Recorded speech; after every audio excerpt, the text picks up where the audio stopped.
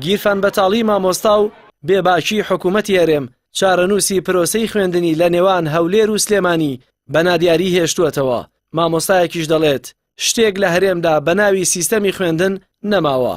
لە سلێمانی زۆرینەی مامۆستایان بە مامۆستایانی پۆلی 12شەوە بەهۆی پێنەدانی موچەوە بایکۆتی هۆڵەکانی خوێندنیان کردووە. ئەگەرچی لە هەولێری ژاوشێوەی سلێمانی زیاتر لە 45 ڕۆژە مامۆستایان تەنانەت ڕوبع موچەکەشیان وەرنەگرتووە، بەڵام لە هۆڵەکانی خوێندن وانە دەڵێنەوە. ئەوەش جیاوازی تەواوکردنی مەنهەجی خوێندنی دروست کردووە کە دەبێتە گەورەترین کێشەی قوتابیان لە کاتی تاقیکردنەوەکاندا. ئایا ئەو خوێندکارانی کە تەواویەکەن، ئەو قوتابیانی کە تەواویەکەن ئاستی زانستی ئەم وڵاتە بەرەو کوێ چووە، ناوەندەکانی خوێندن زانکۆکان تا چەند بوونە بە ناوەندی بڕیار، خاوەن شەهادەکان خەڵکانی ئەوانی کە ذاتولکەفاءن تا چەند توانیویانە گۆڕانکاری لە ژیانی کۆمەڵایەتی ئەم کۆمەلگایە و ئەم وڵاتەدا بکەن. شتێک نییە ناوی سیستمی پەروەەر دەبێت لە هەرێمی کوردستان بەداخەوە.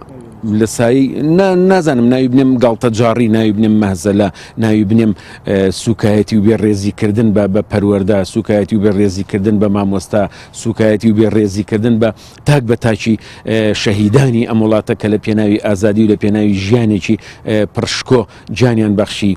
بەتاکید ئەمە هەڵوێستەیەکی زۆر جددیە، هەڵوێستەیەکی پڕ لە دۆستانە، پڕ لە ئینسانیەت، پڕ لە معریفی و هەڵوێستەیەکی ئینسانیانەیە لە بەرامبەر مافێک کە تۆ مافی ئینسانەکان لە هەرێمی کوردستانە لێرە پێشێل کراوە و هەروەها ئەوەی کە ئەکرێ لە هەولێر من پێ دەڵێم بەو لایەن ئەگەر هەر هیچ نەخوێنینەوە تەنیا لە ڕوە دەرونیەکەی و لایەنە دەرونیەکەەوە ئێمە حساب بۆ تاکی هەم مامۆستا هەم خوێندکار بکەین، ئەوان ناتوانن ئەو هەدەفەی کە هەیە وەکو پێویست بیپێکن. بۆیە پێویستە ئەوانیش هەڵوێستە بکەن. ئەم دووبەرەکە شتێکی زۆر خراپە، شتێکی زۆر خراپە کە دروست کراوە. پەیوەندیشی بۆ باسم کرد لەو بەرتەسکردنەوەی ئەو ئازادەیە یاخودە دەسەڵاتەی کە دەسەڵاتێکی چەقبەستوور لە شاری هەولێردا بەرپرسیارە. لە دوای نزیک بە 4 ساڵ لە داهێنانی سیستەمی بەناوپاشەکەوتی موچە، مامۆستایانی سلێمانی بەدەیان جار ڕژاونەتە سەر شەقامەکان و بایکۆتی هۆڵەکانی خوێندنیان کردووە لە پێناو بەدەستێنانی مافەکانیان و باوەڕیان وایە بە گیرفانی بەتاڵەوە مامۆستا ناتوانێت وانە بڵێتەوە بە پێچەوانەی مامۆستایانی هەولێر و دۆک کە بەهۆی فشاری سیاسیەوە نەیانتوانیوە بایکۆتی هۆڵەکانی خوێندن بکەن. سەرپەرشتیارێکی پەروەردەیی باوەڕی وایە ئەوەی لە هەولێر دەگوزارێت تەنها بەڕێکردنی دەوام و تەواوکردنی مەنهەجە، نەک فێرکردن کە لە ژێر فشارێکی دەرونی نائارامدان گەرنا هیچ جیاوازیەکی لەگەڵ سلێمانیدا نییە. من پێم وایە چارەزە نووسی خوێندن لە هەردوو دەڤەرەکە لە هەموو هەرێمی کوردستان بە عام لە سنووری پارتیش و لە سنووری یەکێتیش هەمووی وەکو یەک وایە، هیچ فەرقێکی نییە. ئەوەی کە لە سنووری هەولێر پێم بڵێ من دەرس دوان نەکەوتووە و مامۆستا دەرسەڵێتەوانەیە، هیچ فەرقێکی نییە لەگەڵ سنووری سلێمانی کە دەرس ناخوێندرێ. بۆ چونکە ئەوەی لەوێژە خوێندرێ تەنها بەڕێکردنی دەوامە.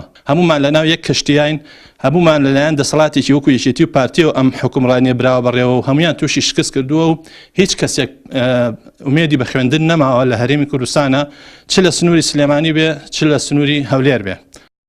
سەردەمانێک گرفتی دارایی مامۆستایان بەورەیەکی دەرونی بەهێز و هیوای دوا ڕۆژێکی پرشنگدار قەرەبوو دەکرایەوە کە مامۆستایانی بلۆکیدایەنە و لەسەر بلۆک پرۆسەی خوێندنیان خستەوە سەر پێ.